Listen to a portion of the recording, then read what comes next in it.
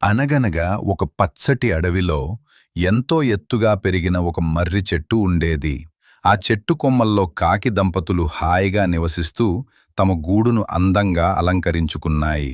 అయితే అదే మర్రి చెట్టు కింద ఒక పెద్ద పుట్ట ఉండేది. ఆ పుట్టలో ఒక భయంకరమైన దుష్టమైన పాము నివసిస్తూ ఉండేది. ఆ పాము కాకులకు ఒక పెద్ద సమస్యగా మారింది. కాకి దంపతులు గుడ్లు పెట్టిన ప్రతిసారీ ఆ దుష్టపాము మెల్లగా చెట్టుపైకి పాకి వచ్చి ఆ గుడ్లను తినేసేది. పాపం కాకి దంపతులు తమ పిల్లలు పుట్టకముందే చనిపోతుంటే చాలా బాధపడేవి. తాను నేరుగా ఆ బలమైన పామును ఎదిరించలేమని కాకి గ్రహించది. అందుకే తెలివైన ఉపాయం కోసం అడవిలో తమ మంచి స్నేహితుడైన నక్క దగ్గరకు వెళ్ళింది.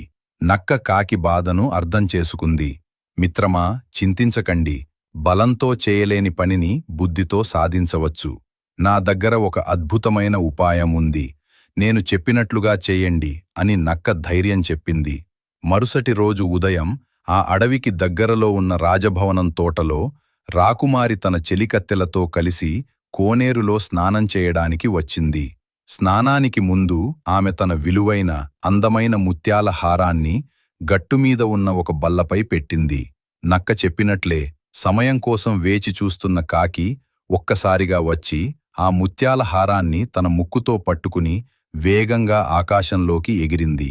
రాజభటులు వెంటనే దొంగ దొంగ అంటూ కాకిని వెంబడించారు.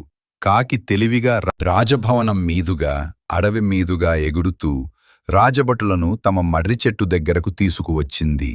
కాకి నేరుగా వచ్చి తన శత్రువైన పాము నివసిస్తున్న పెద్ద పుట్టలో ఆ ముత్యాలహారాన్ని పడేసింది. రాజభటులు అక్కడికి చేరుకుని పుట్టలో హారం ఉండటం చూసి ఆశ్చర్యపోయారు.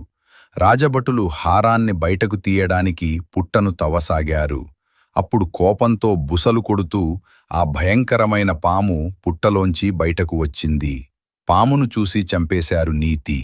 బలవంతుడైన శత్రువును నేరుగా ఎదురించలేనప్పుడు ఉపాయంతో పక్కదారి పట్టించి ఓడించాలి.